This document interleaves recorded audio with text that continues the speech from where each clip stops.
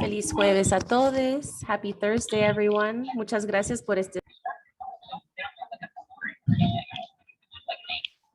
You were muted now, Maria Luisa. Somehow we stopped hearing you.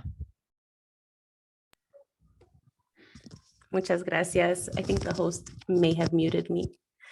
Pues este evento será bilingüe con interpretación simultánea en inglés y español. This will be a bilingual event with simultaneous interpretation in English and Spanish. Si usted no es bilingüe en estos dos lenguajes, por favor siga estas instrucciones para activar su función de interpretación. If you're not bilingual in these two languages, please follow these instructions to activate your interpretation feature. Si está conectando desde una computadora, presione sobre el icono de globo al pie de su pantalla y luego haga clic sobre su lenguaje preferido. If you're connecting using a computer, click on the globe icon at the bottom of your screen and then click on your preferred language. Si está conectando desde un teléfono inteligente o tableta, presione sobre 3 puntitos al pie de su pantalla a mano derecha y luego presione sobre interpretación del lenguaje. Para finalizar, presione Done. If you're connecting from a smartphone or a tablet, click on the 3 dots in the lower right-hand corner of your screen. Then click on Language Interpretation. Then select your preferred language. To finish, click Done. When choosing your language, you will see an option to mute original audio. Select this option to hear only the voice of the interpreter. To hear the original audio simultaneously, you may leave it unmuted, and you can change your selection at any time. Al elegir su idioma, verá una opción para silenciar el audio original. Seleccione esta opción para escuchar solo la voz del intérprete. Para escuchar el audio original simultáneamente, puede dejarlo sin silenciar y puede cambiar su selección en cualquier momento. Al final de esta introducción, su canal comenzará a funcionar. Mantenga la función de interpretación encendida durante el resto del evento. At the end of this introduction, your channel will start working. Keep the interpretation function on for the remainder of the event. Muchas gracias. Thank you. Thank you so much, interpreters. My name is Nara Milanish. I want to welcome everyone. I'm the director of CEMECA, the Center for Mexico and Central America, which is a space for thinking about, through, and with the region at Columbia University. First of all, I would like to thank our interpreters. I would like to thank our panelists for being with us here today. I'd like to thank the CEMECA staff for helping us make sure this event goes off without a hitch. As you might all imagine, doing simultaneous interpretation on Zoom remains a challenge. So I would like to in particular thank the interpreters. Momentarily, we will be putting those instructions in the chat so that in case you didn't understand anything, you will be able to remember which link to press and which icon to choose in order to select your language. So first of all, I would like to thank Professor Maria Inclán, who has organized this panel. Organizing panels, cross-national remote panels is truly an act of academic generosity. So I'd like to thank her very much for her work. Maria is a political scientist, a professor and researcher at the Centro de Investigaciones y Docencia Económicas in Mexico City. She specializes in comparative social movements and processes of democratization, and she will be our host momentarily. So this panel responds to an urgent issue in the hemisphere and indeed in the world: challenges to academic freedom. We have witnessed a proliferation of illiberal challenges to free speech, to free inquiry. We witness fake news, attacks on expertise, the demonization of whole fields of academic study and investigation. So this panel offers an opportunity to think through some of those challenges, as well as to explore possibilities for solidarity across different national contexts. I want to remind all of our panelists to please speak slowly as I am trying to model, as you present your work in order to facilitate the translation of our interpreters, not to mention the comprehension of our listeners. So please speak slowly, please breathe. And once again, I would like to thank Professor Inclán, and I will pass the rectangle to her now. Thank you so much, Nara. Good afternoon to all seminar participants and attendees.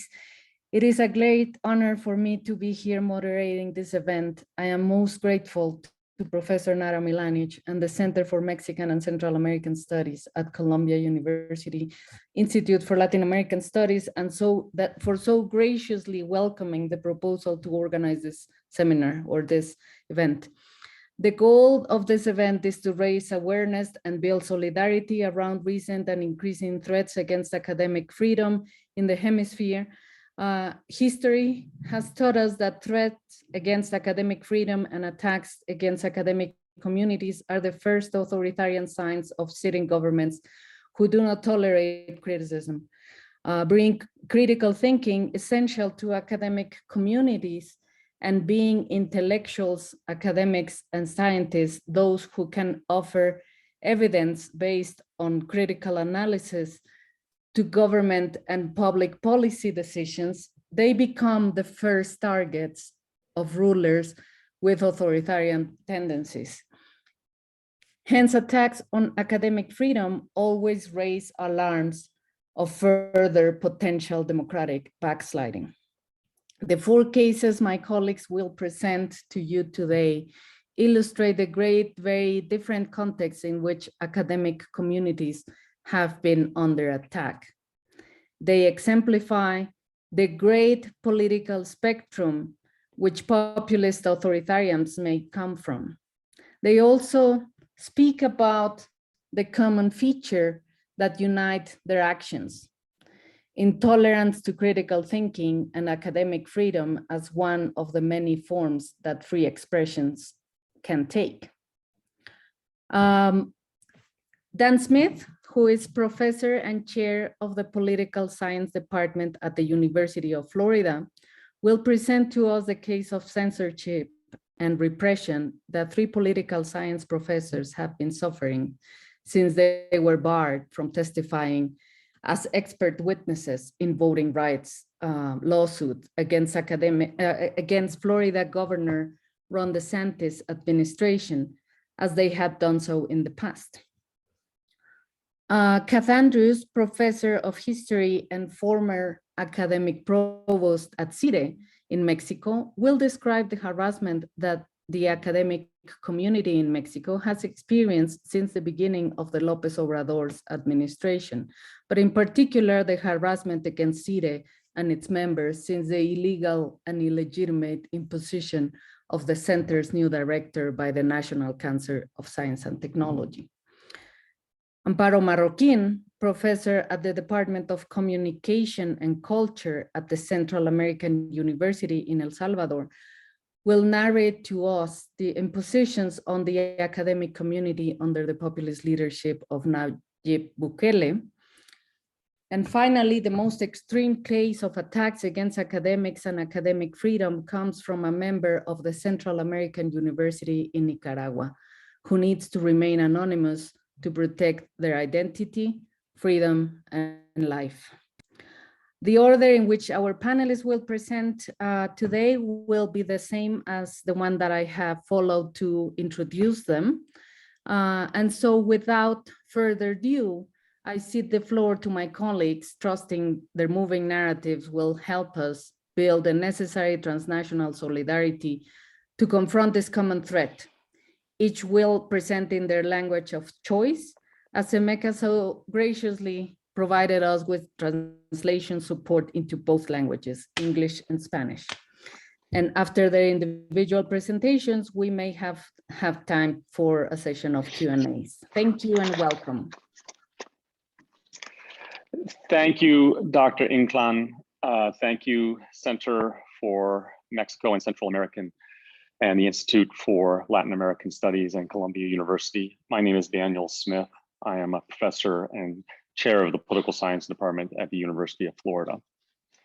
Next fall will be my 30th year as a faculty member, the last 19 at the University of Florida. Being on the faculty at UF has been a joy.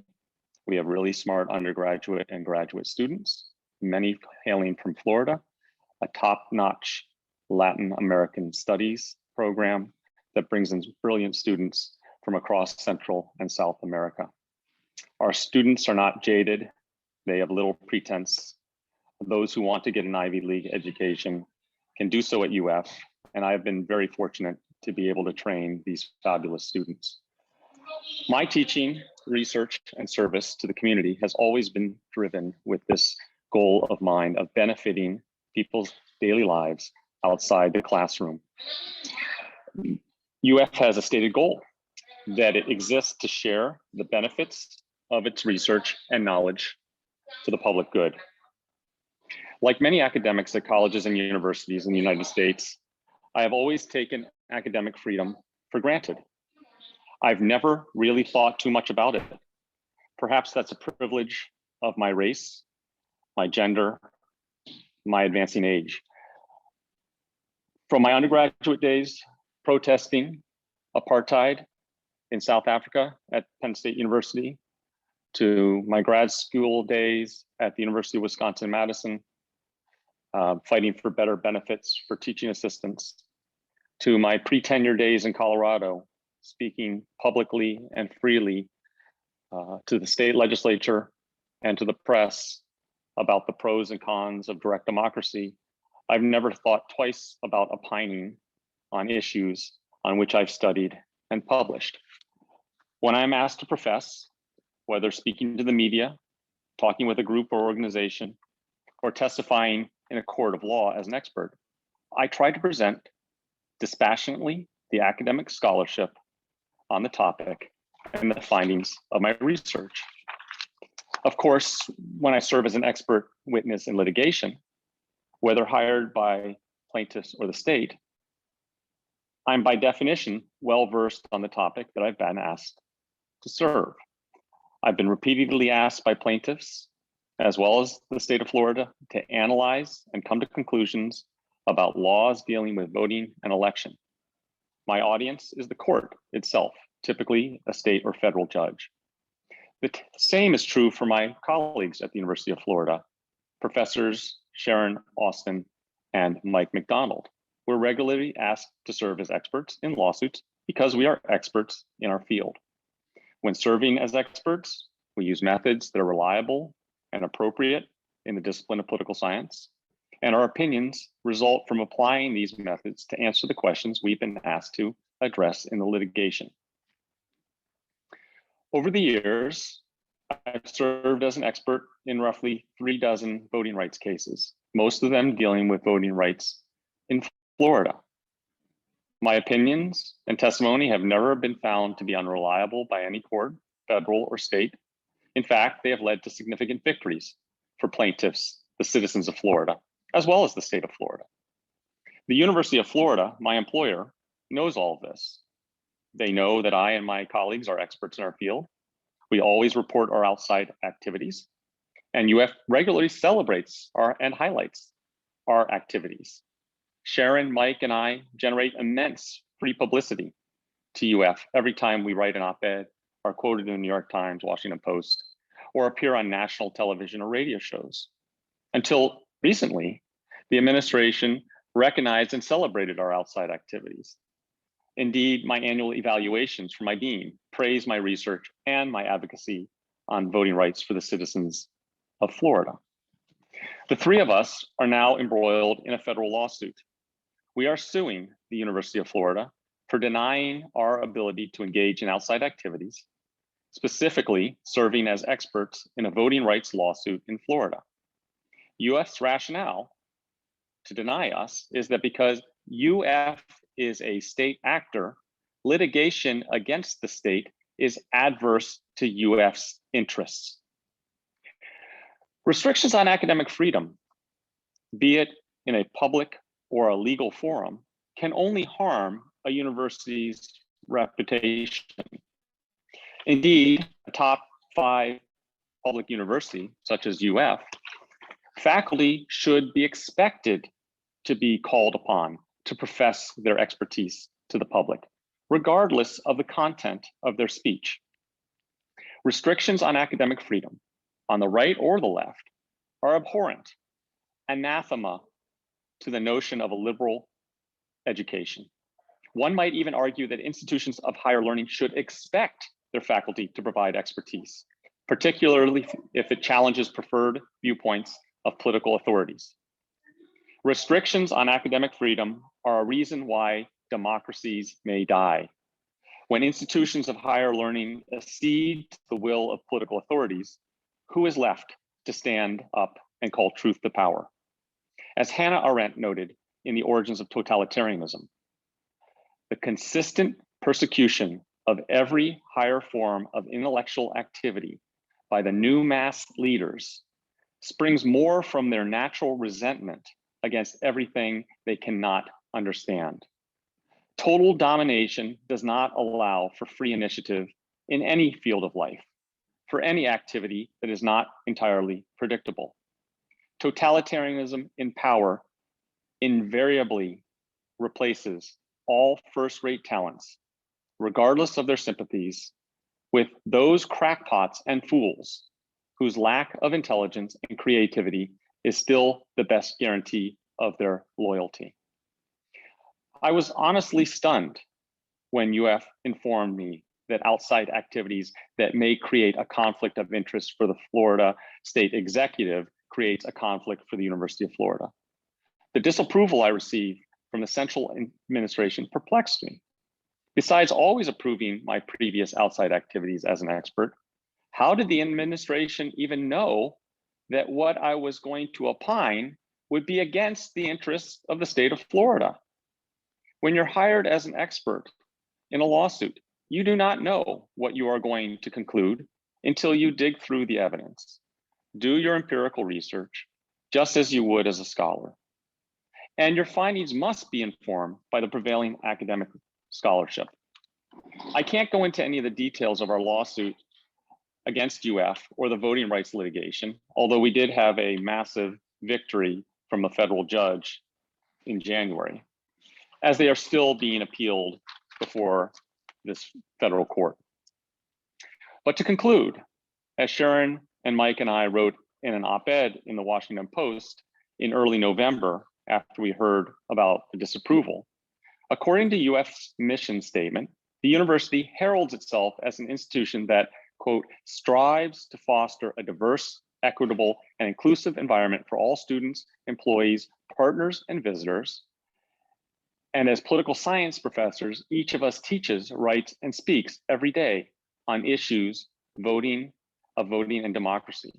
For years, our expertise has been valued by our employer, the University of Florida. That's how it should be, but apparently it's no longer the case at the University of Florida. UF's actions, including its revised outside activities policy, remains an unconstitutional prior restraint on our speech. It is causing an undeniable chill among faculty, non-tenured and tenured alike. It is leading to the self-censorship of political views and opinions by experts who Floridians should most expect to speak up. Shouldn't the University of Florida be pleased with our efforts to examine whether voting discrimination exists in Florida? Shouldn't they want expertise of their faculty who they hired, promoted, and have celebrated, speak out on public issues?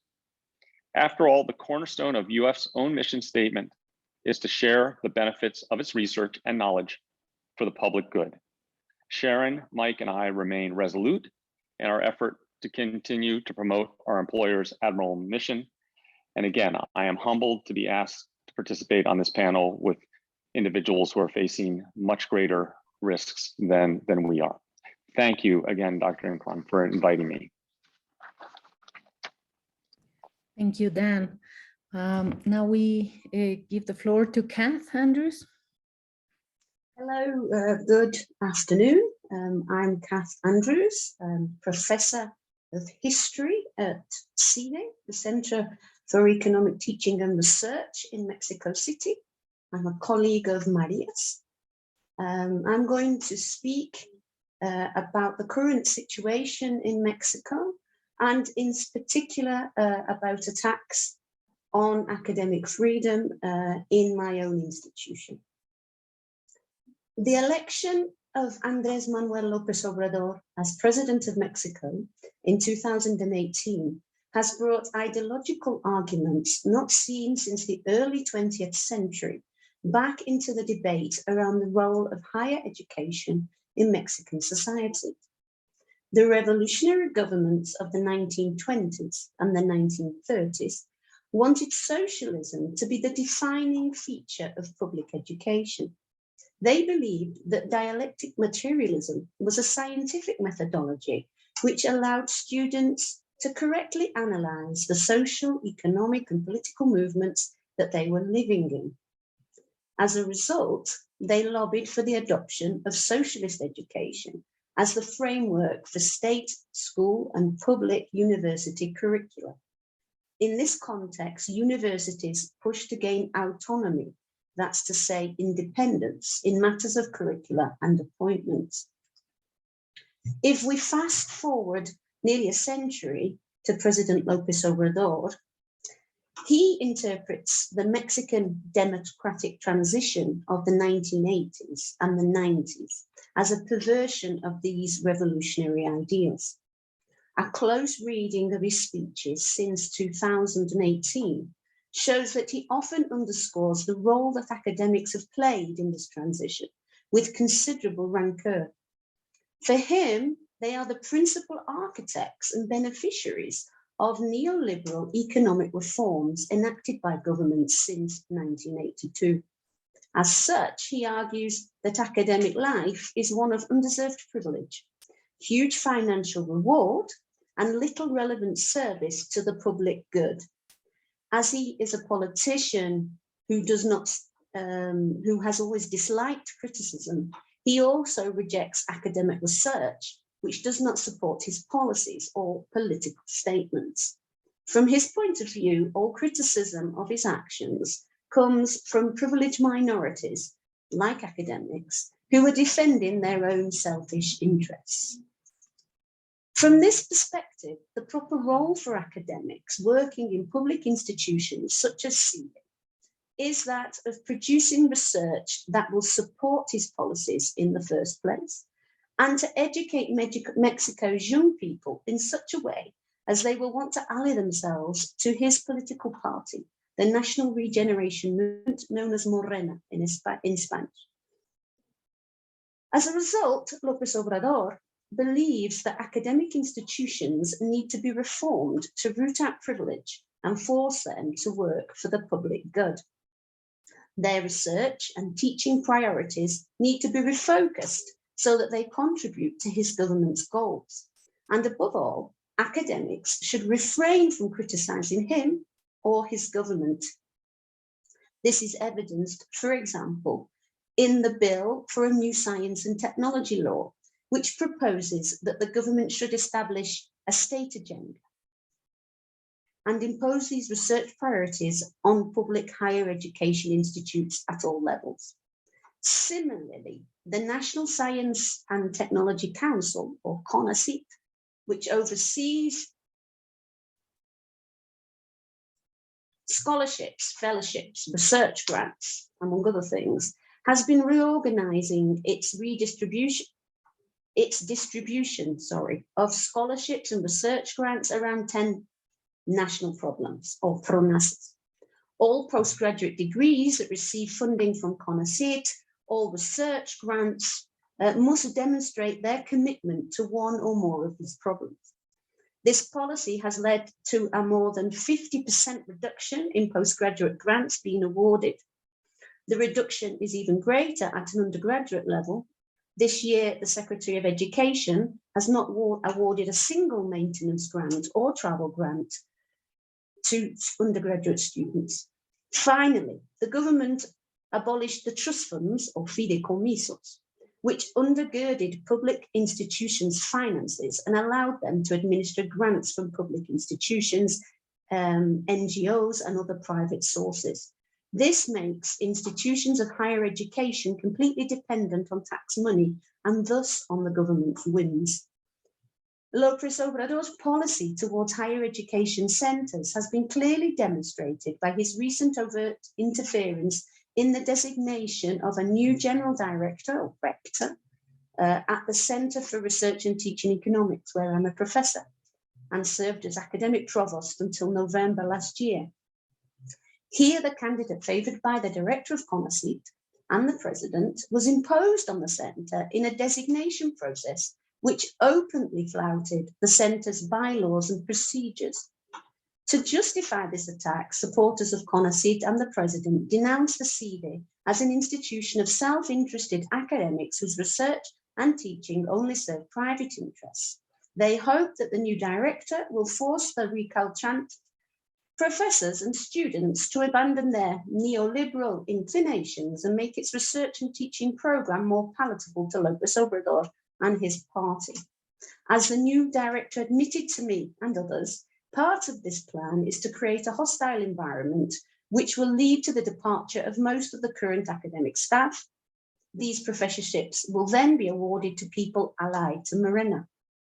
Another example of the present government's attitude towards academics and academic freedom are to be seen in the relationship between the Director General of CONACYT, Dr. Maria Elena Álvarez Bulla, and the current Attorney General, Alejandro Gertz Manero. The Attorney General has been rector at the University of the Americas, a private institution in Mexico City, since 1995. In this role, he has tried to be appointed to the prestigious National System of Researchers, or SNI, which CONACYT administers on numerous occasions. Gaining this appointment requires the candidate to prove his academic qualifications and contributions to a committee made up of his peers. Before 2018, Gertz Manero was consistently refused entry as he was unable to demonstrate the requisite academic production. In fact, one committee observed that he had committed plagiarism in some of his work. After 2018, in May 2021 to be precise, Gertz Manero was awarded the highest distinction in the system by an ad hoc committee named by Álvarez Bulla. When academics protested and pointed out his plagiarism, Álvarez Bulla convened a special session of CONACYT's Ethics Committee, inviting only 3 of the 6 members. This committee ruled a few weeks ago that no charge of plagiarism could be brought against Gertz Manero because the authors of the works in question he allegedly copied had made no complaint. The authors in question have been dead for several decades. Also in 2021, the Attorney General's Office opened investigation into Álvarez Bulla's predecessor as Director General of CONACYT and 30 other academics on the charge of organised crime. For full disclosure, it should be pointed out that 4 of these professors, including the ex-director Enrique Cabrero, are faculty at CIDE. The charges related to financial support CONACYT awarded to the Science and Technology Consulting Forum, which had been created by the Science and Technology Law, and these grants were administered during Cabrero's tenure. The law was reformed in 2020 to remove this body and to terminate CONACYT's obligation to award its financing. The Attorney General wishes to retrospectively apply this reform and to argue that the monies paid to the forum constitute illegal payments. He charged that the 31 indicted professors had worked together in CONACYT to authorize, process, and pay these resources, and thus they had participated in organized crime. In Mexico, an accusation of organized crime allows the authorities to freeze all the accused's assets and imposes mandatory imprisonment until the case is concluded. Thus far, 2 judges have refused to accept the charges as presented by the Attorney General, citing the 14th article of Mexico's constitution, which does not permit the retrospective application of the law. However, just a few weeks ago, Gertz Manero has insisted his investigation remains open and that the charges will not be dropped. Also, as rector of the Americas University in Mexico City, Getz Manero has an interest in his institution's sister university in Puebla, the University of the Americas Puebla, or ULAP. In fact, Getz Manero has maintained a legal injunction against ULAP, which prevents it from using his university's logo and branding since 2010. And currently, the ULAP is embroiled in a legal battle over the management of trust funds which finance its activities. It's called the Mary Street Jenkins Foundation. The disagreement derives from the expulsion of Guillermo Jenkins de Landa from this foundation in 2013 and his subsequent legal bid to wrest control of this trust from the rest of the Jenkins family. Before 2018, this suit didn't prosper, but after Getz Manero became Attorney General in 2018, Jenkins de Landa suddenly became lucky.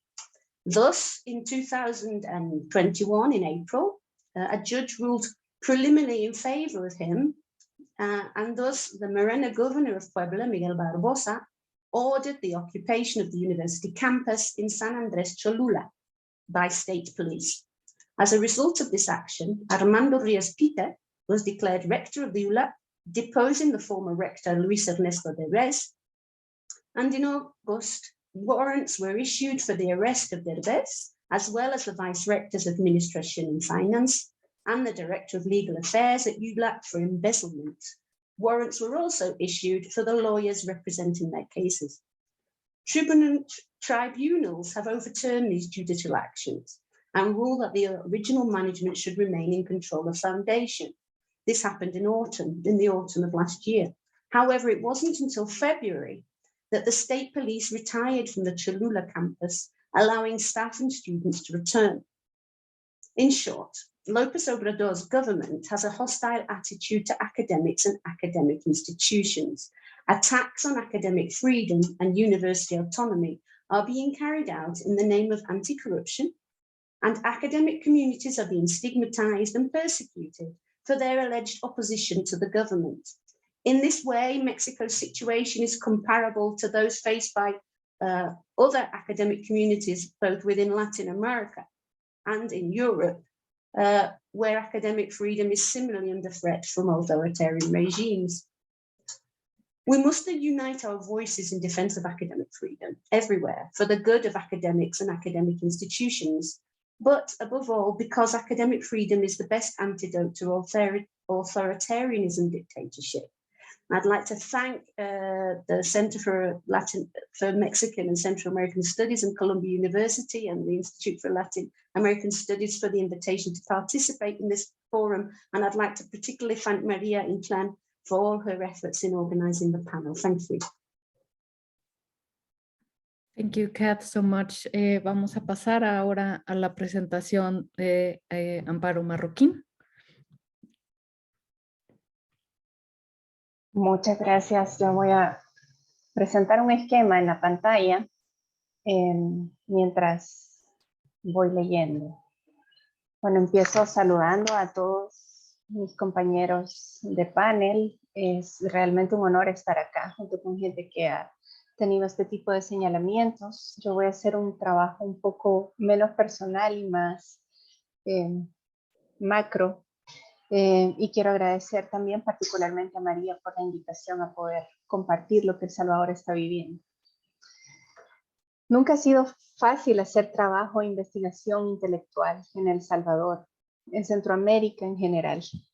Y hacerla como Edward Said nos dijo que deberíamos hacerla, como exiliados, como aficionados que saben mucho sobre su particular campo de estudio y como autores de un lenguaje que se esfuerza por decirle la verdad al poder.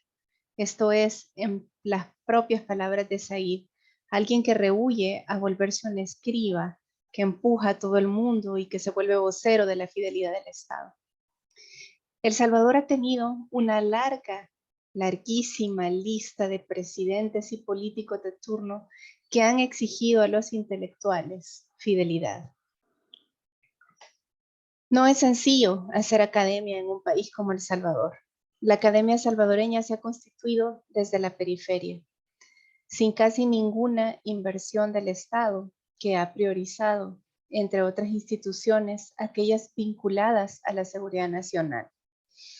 La policía y el ejército, por ejemplo, recibirán este mes un refuerzo presupuestario de $80 millones. La Universidad de El Salvador, la única universidad pública, en cambio, inició el año con un recorte de 12 millones en su presupuesto anual.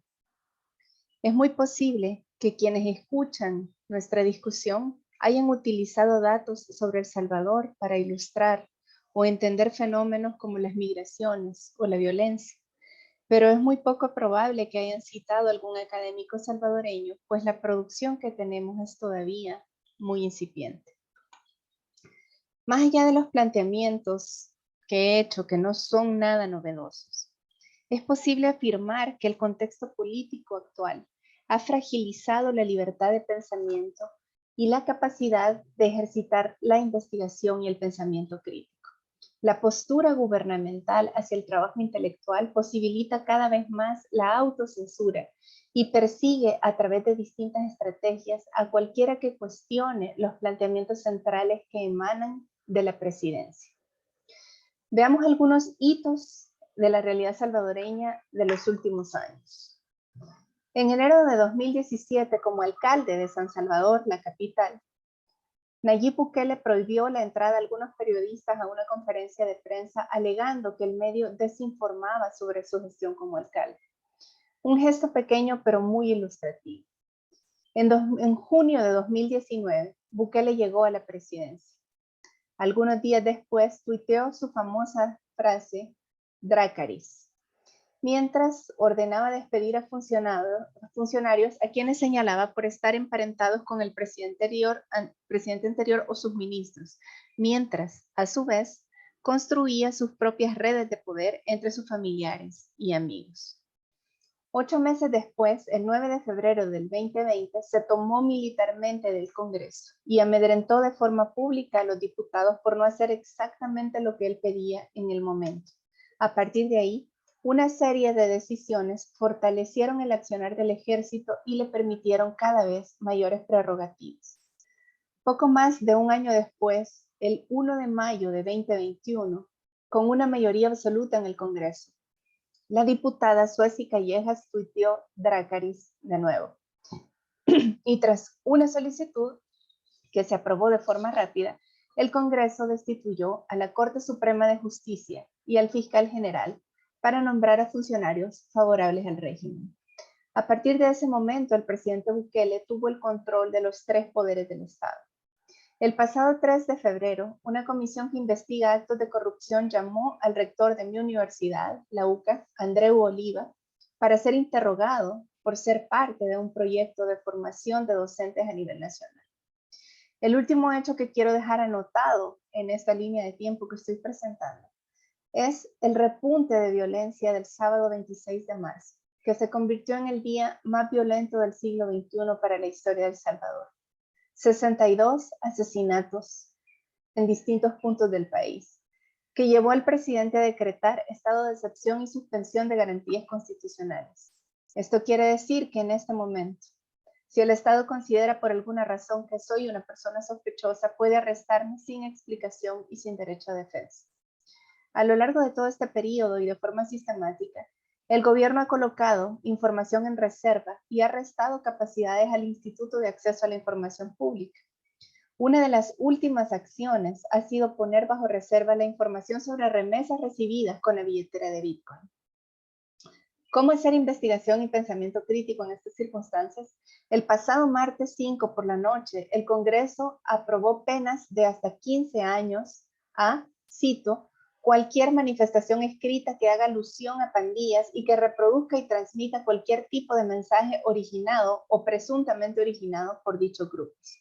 Estas afirmaciones ponen en riesgo a los colegas que investigan temas vinculados a seguridad en un país en donde entender el modus operandi de las pandillas es un componente fundamental para comprender lo que sucede con el tejido social. Me detengo en la UCA, mi universidad, una institución jesuita con 9,000 estudiantes, 28 programas de grado, 18 maestrías y 2 doctorados, con más de 500 académicos de tiempo completo que hacen investigación, docencia y proyección social. con una historia de pensamiento crítico contra los sectores poderosos que llevó a que 6 jesuitas y 2 colaboradoras fueran asesinados por el ejército en noviembre de 1989, durante la Guerra Civil. Esta misma institución ha sido señalada por el Congreso con el hashtag ONG Fachada, mientras los troles, como pueden observar en las 2 publicaciones siguientes, atacan el papel de la universidad y de su rector. César Faguaga, presidente de la Asociación Nacional de Periodistas de El Salvador, ha señalado que podemos afirmar claramente que en El Salvador está bajo ataque la libertad de expresión y que el periodismo y el pensamiento crítico están en riesgo. Los ataques han crecido de forma exponencial.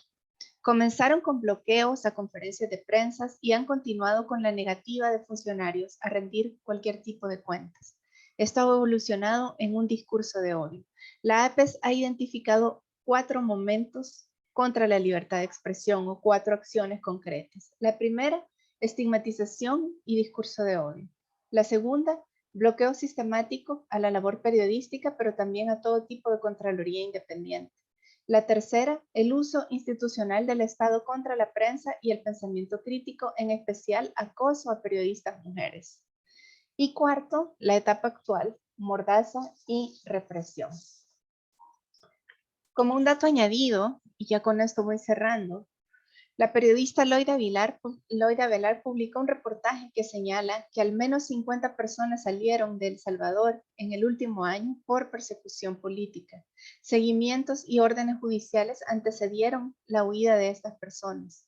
En el caso de las mujeres, pandilleros les hicieron amenazas directas, según los últimos datos recabados por las organizaciones de la sociedad civil. La persecución política se ha sumado a la violencia y a la pobreza como causa para huir de este país centroamericano. Si me permiten, quiero aprovechar este momento para hacer un no tan secreto homenaje a las y los salvadoreños que mientras hablamos están cruzando fronteras o haciendo planes y maletas que los obligan a dejar su país y su familia en nuevas circunstancias sin saber en qué momento van a regresar. ¿Qué tanta libertad tenemos? Hay un riesgo inminente, me parece a mí, en un país extremadamente violento, el país de los 62 asesinados en un solo día, cuando un presidente alienta la irrelevancia del pensamiento independiente, del periodismo investigativo y de cualquier tipo de cuestionamiento, tachándolo como mera oposición pagada y sin sentido. Quiero cerrar con un poco de optimismo. Muchas personas nos han dicho que el rol de la academia es el de la integridad y la coherencia. Si la UCA y otras instituciones académicas e investigadores han podido señalar y analizar la situación que vivimos, es porque también se ha hecho lo mismo con muchos otros regímenes a lo largo de una historia de autoritarismos locales y de intervencionismos extranjeros. Tenemos que seguir visibilizando lo que pasa y también debemos mantener las redes y cuidados necesarios para iluminar este tiempo con el pensamiento crítico, sin pretensiones falsas de objetividad, pero sí con la rigurosidad y el trabajo que produce datos que permite una mirada compleja. Quiero cerrar con una frase de Stuart Hall a la que me gusta volver en estos tiempos. He vivido una vida académica y me he ganado la vida trabajando como académico. Amo enseñar, he querido enseñar desde que recuerdo. La enseñanza se lleva a cabo en los mundos académicos. Respeto y defiendo la academia hasta el fondo por la capacidad que tiene de transmitir el conocimiento a las generaciones futuras y de buscar el conocimiento sin otro propósito que este mismo.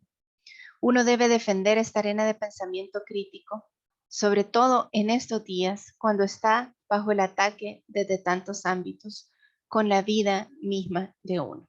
Muchas gracias. Muchas gracias, Amparo. Finalmente pasamos a la presentación de nuestro participante anónimo. Adelante.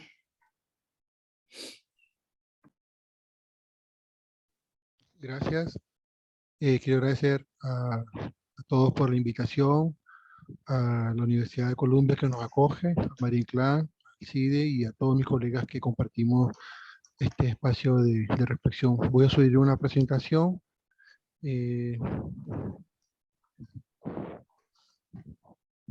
Perfecto.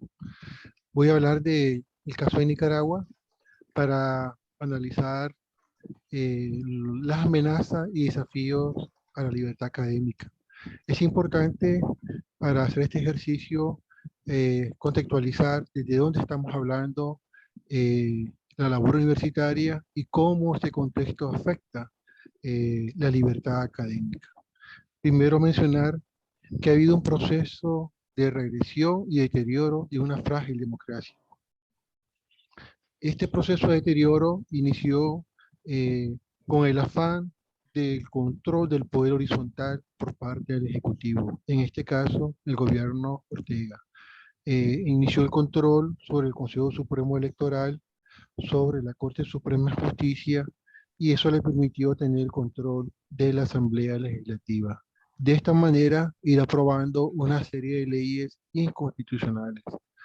El control de la Corte Suprema de Justicia le ha garantizado un régimen de impunidad y también una maquinaria represiva. Y el Consejo Supremo Electoral le ha permitido, lo que ustedes ven en pantalla, realmente extirpar la naturaleza competitiva del régimen electoral y convertirlo simplemente en un ejercicio o un remedio de elecciones. Y eso le ha permitido, si usted observa en las columnas oscuras, tener el control casi absoluto de la Asamblea Legislativa. También ha logrado tener el control del poder territorial, que es vertical, a través del control de las alcaldías o gobiernos locales, como se llama en Nicaragua, en las gráficas inferiores, ¿no?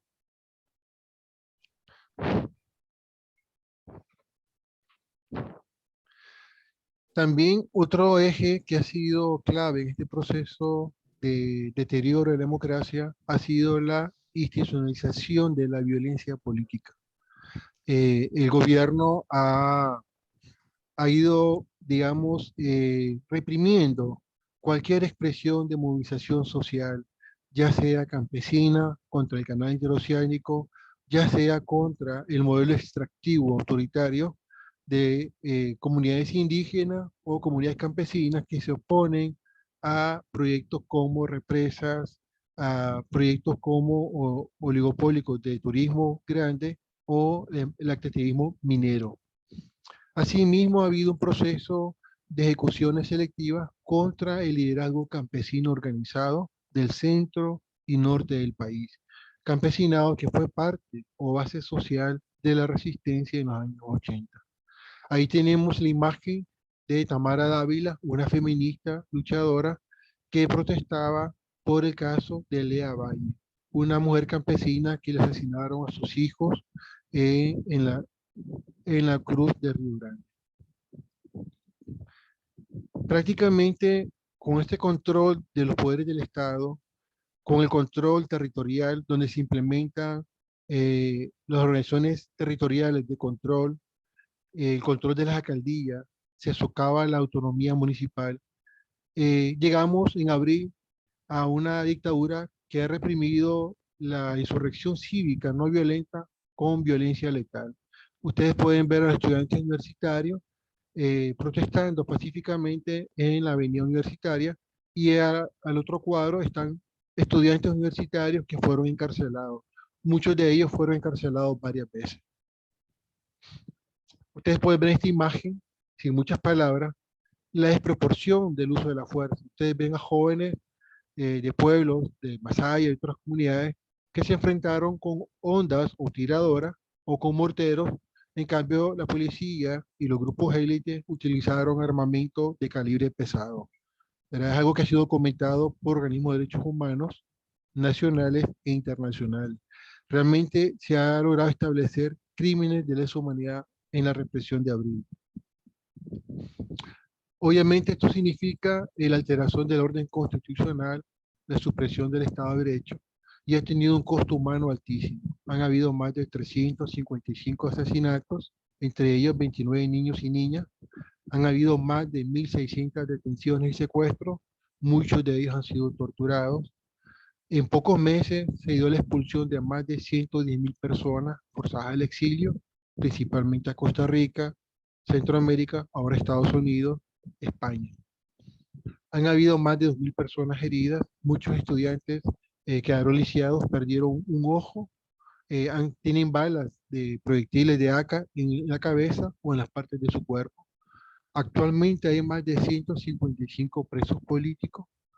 La cuarta parte de ellos son mayores de 50 años con enfermedades crónicas y están siendo sometidos a tratos crueles e inhumanos, interrogatorios continuos, aislamiento de sus familiares y celdas de aislamiento sin luz natural.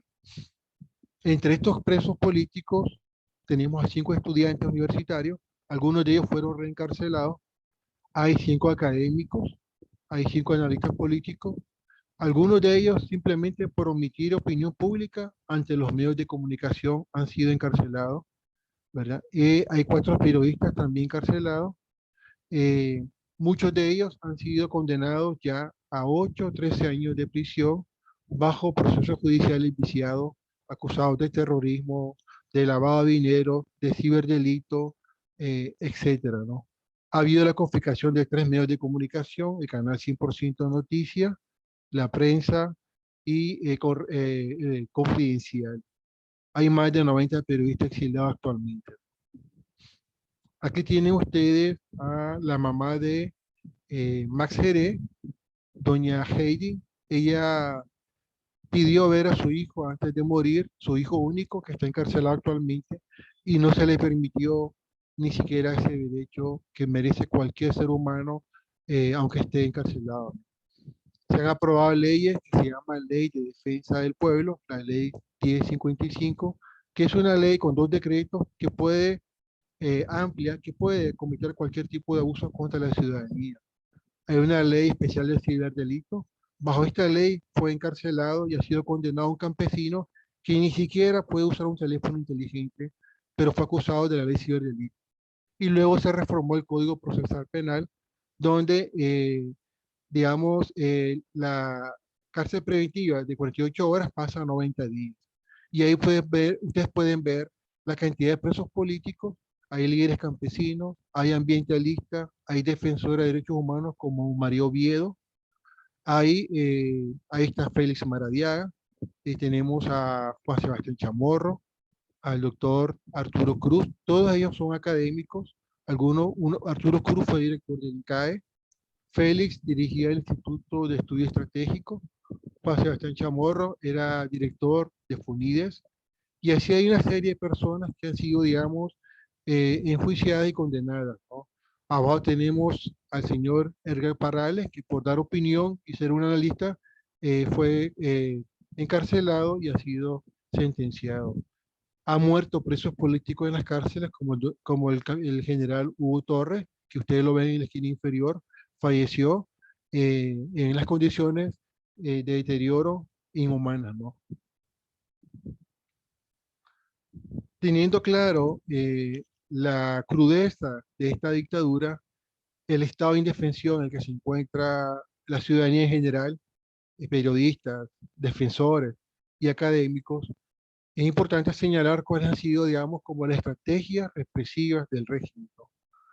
Ha habido un desmantelamiento de la autonomía universitaria, hay un control político de los funcionarios, de las autoridades, han habido instituciones, han habido expulsiones de estudiantes de sus carreras que fueron identificados como líderes universitarios durante las protestas de abril. Ha habido una utilización de la dependencia financiera para asfixiar económicamente a las universidades, a algunos institutos, ¿verdad? Ha habido procesos administrativos viciados donde no se les permite ni se les recibe los trámites a algunas universidades privadas y también organizaciones sociales, y han sido, digamos, canceladas sus personalidades jurídicas. En estos primeros 3 meses han sido canceladas 5 universidades privadas y han sido confiscados sus bienes. Algunos de estos rectores se han visto obligados a exiliarse, como el caso de la Universidad Paulo Freire.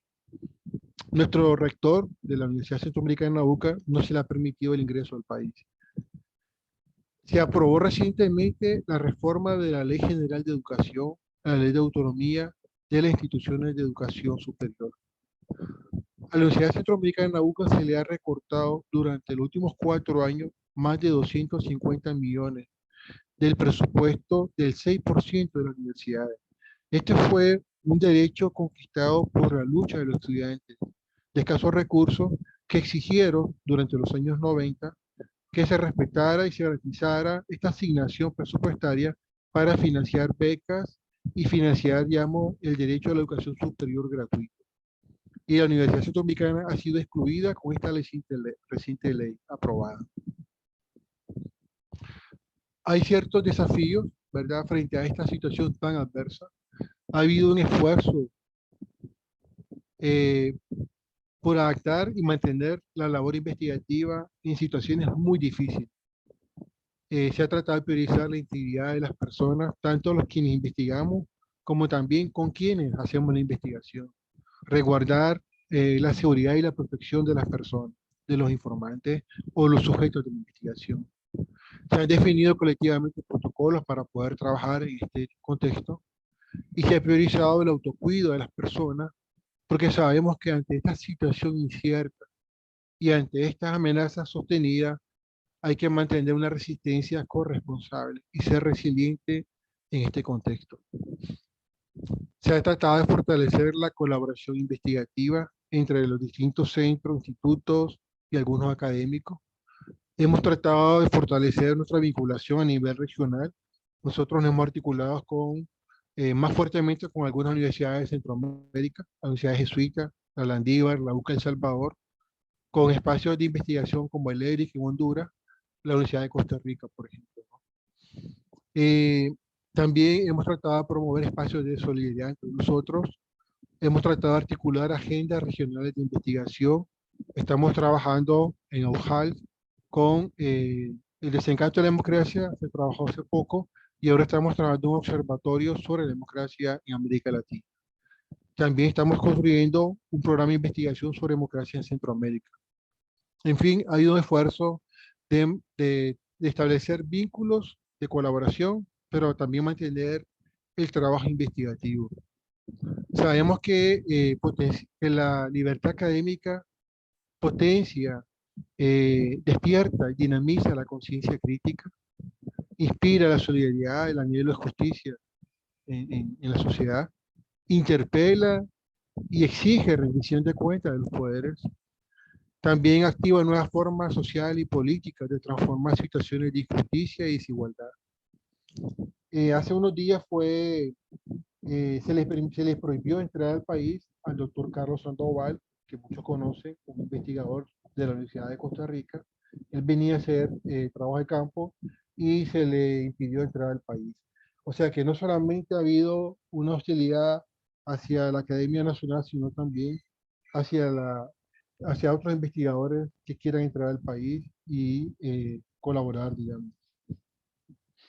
Voy a leer solamente para terminar este espacio una frase de Ignacio de Coria, fue su último discurso cuando recibió el premio en Barcelona, y él dice: la universidad debe pretender ser libre y objetiva, pero la objetividad y la libertad pueden exigir ser parciales, y nosotros somos libremente parciales a favor de las mayorías populares, de las víctimas, porque son injustamente oprimidas y porque en ellas negativa y positivamente está la verdad de la realidad.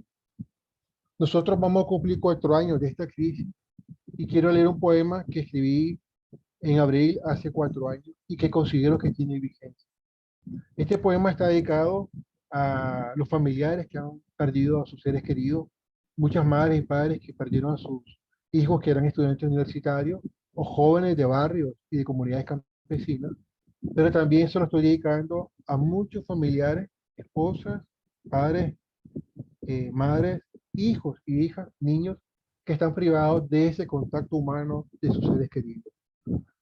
Amor mío, hijo mío, pueblo mío, te ofrezco esta esperanza herida, cuyos latidos se desangran en la mirada desaliñada de esas madres, de esos padres que lloran silenciosamente la ausencia de sus hijos e hijas, cuyos huesos rotos sufren el frío de esa presencia arrebatada, de ese amargo y oscuro silencio que gotea cada noche, sin la posibilidad de besarlos y arrebatarles una caricia, de las imposibles formas de abrazarlos en el pasillo. Muchas gracias.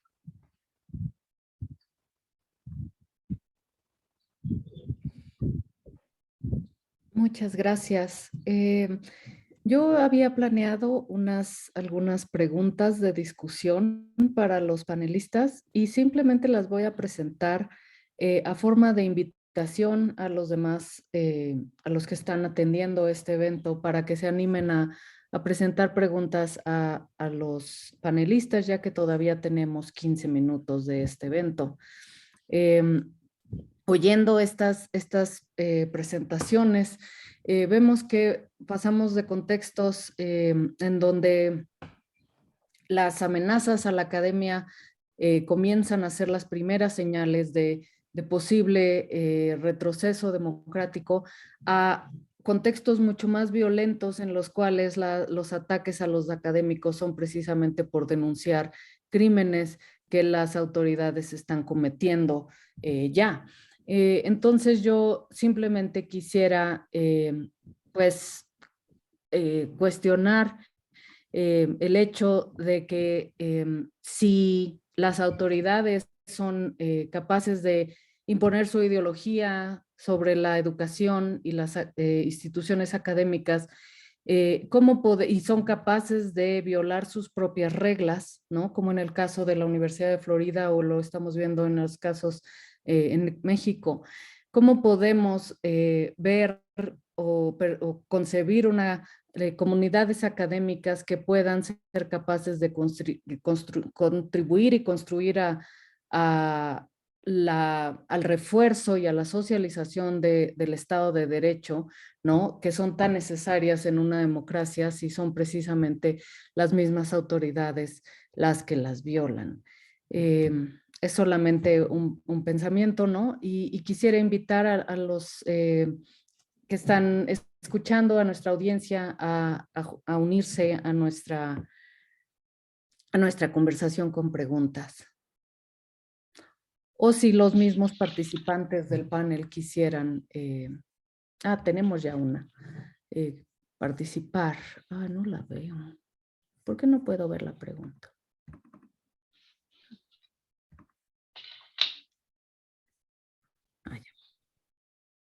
Maria? Yes. I think I have my audio back, but these are such heart-wrenching stories, and they are really important for those of us in the United States who, as I said, take academic freedom for granted to hear, because the slope of authoritarianism is always present, and that sliding where we who are relatively comfortable in the United States have gone through these periods ourselves, but it's very easy to forget them, whether it's McCarthyism and the Cold War or other types of crackdowns that we've seen on both the right and the left. These are present not only in the United States, but we really see them in places like Mexico and El Salvador and Nicaragua. And we in the Academy need to hear this from you. It's so important to hear the voices of those who are on the front lines, because it's very easiest for us to just say, oh, this is just a one-off. We are not seeing the same level of oppression and death and fear in Florida, much less the rest of the United States. But it creeps slowly, this authoritarianism. Just this week, we were asked by our provost, along with every other college and university professor who is employed by the state of Florida, to fill out the very Orwellian sounding intellectual freedom and viewpoint diversity employee survey. Now, we were asked, we weren't compelled. It's supposedly anonymous, but who knows? And again, I am not filling that survey out. I thought about satisficing and replying in ways that I thought that the governor who signed House Bill 233 into law last year that caused this to go into action, of what he would want to hear, so that perhaps we needed more diversity on the faculty if they were all in line with his thinking. But I decided to avoid it out of principle. That is none of my government's. They have no need to know what I and my colleagues think. They should evaluate us on our scholarship, on our teaching, on our service to the public at public universities. But I want to just come back to the point that please keep speaking out. We need to hear your voices. We need to have more forums like this in order to realize that what we're seeing in Florida is part of that same continuum, and be ever mindful of where it leads. So again, thank you so much for including me in this panel. Thank you, Dan. We have a question from an anonymous attendee that says, considerando la primera intervención que refería a procesos judiciales en curso, me pregunto si los panelistas consideran viable una acción judicial conjunta, tal vez hasta ante instancias internacionales, como una forma de presionar a autoridades nacionales. ¿Cómo se podría hacer? ¿Qué podríamos esperar de tales estrategias? ¿A qué se refiere de parte de la organización de la academia en cada país para lograr mayor resonancia?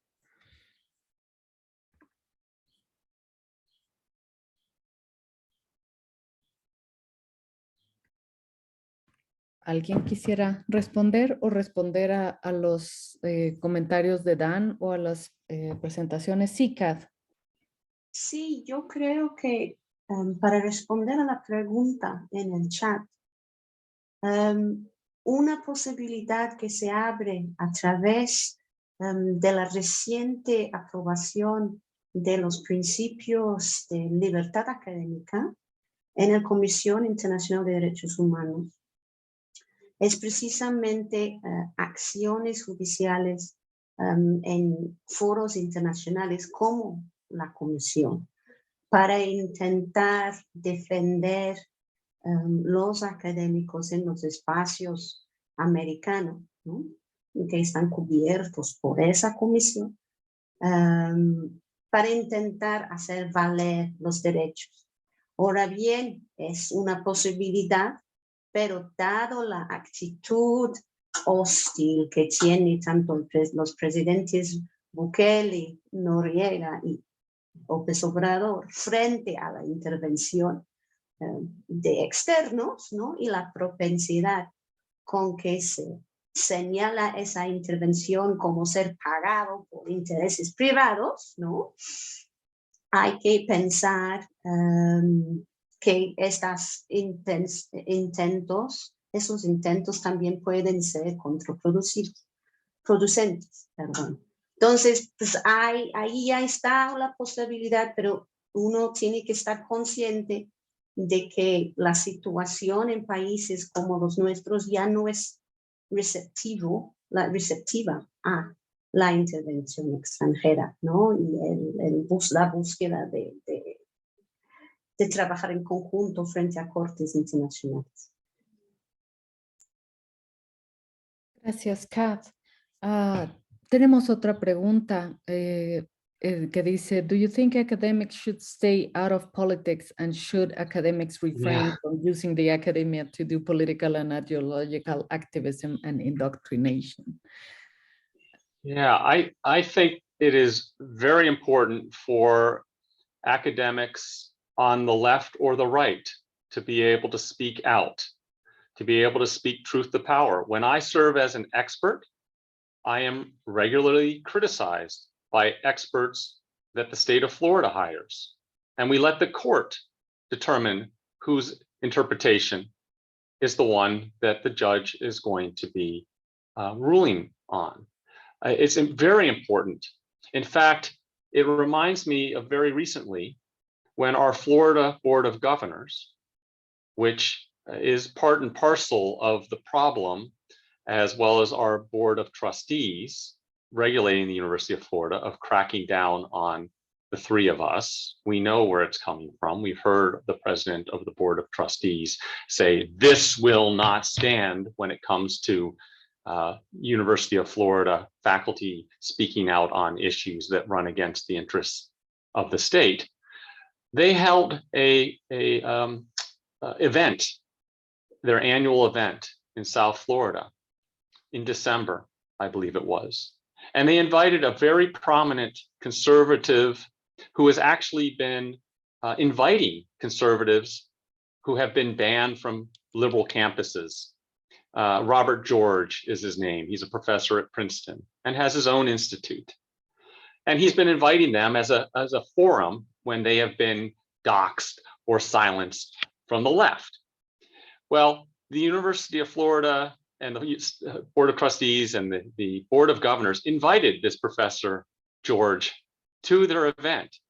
I'm sure thinking that he was going to speak out against liberals in the academy.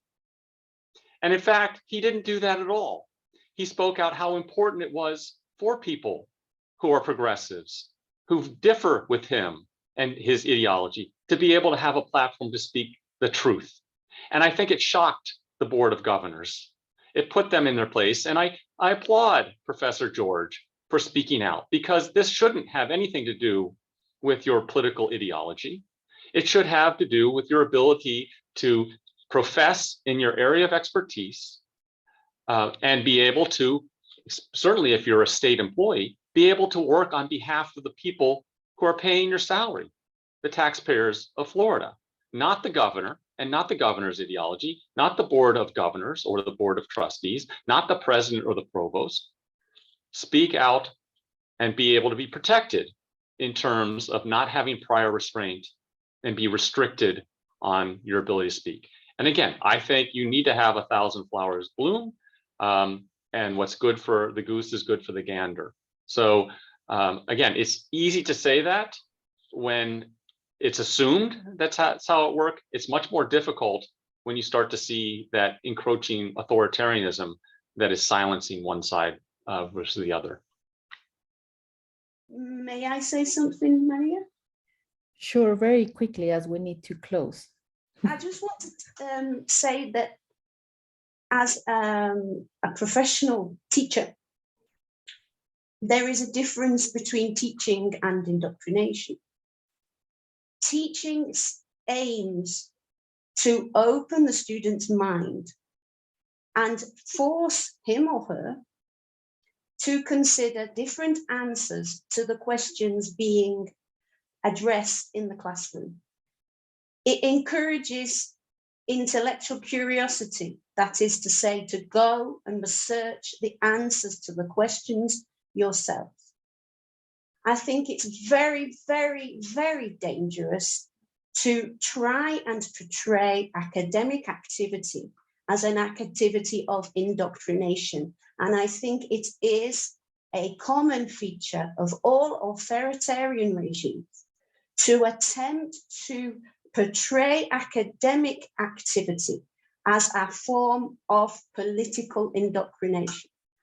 The reason why authoritarian regimes use this terminology is because they object precisely to this activity of critical thought. They do not wish to have their ideas questioned, and they do not wish to let young people or any kind of people make up their own minds about political, social, economic, or religious questions. And academics, what we want, I would say, I would speak for 99% of all academics, is that students make up their own minds. And this is why listening to all sides is absolutely necessary, and silencing and deplatforming any different view is extremely dangerous. Thank you.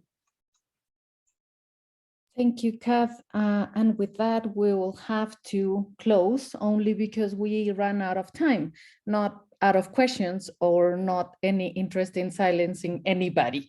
Thank you, Nara. Thank you, Semeka. Thank you, ILAS. Thank you, Columbia University, for giving us this space. And thank you, Amparo, our anonymous participant, Kath and Dan, for sharing their experiences. Thank you.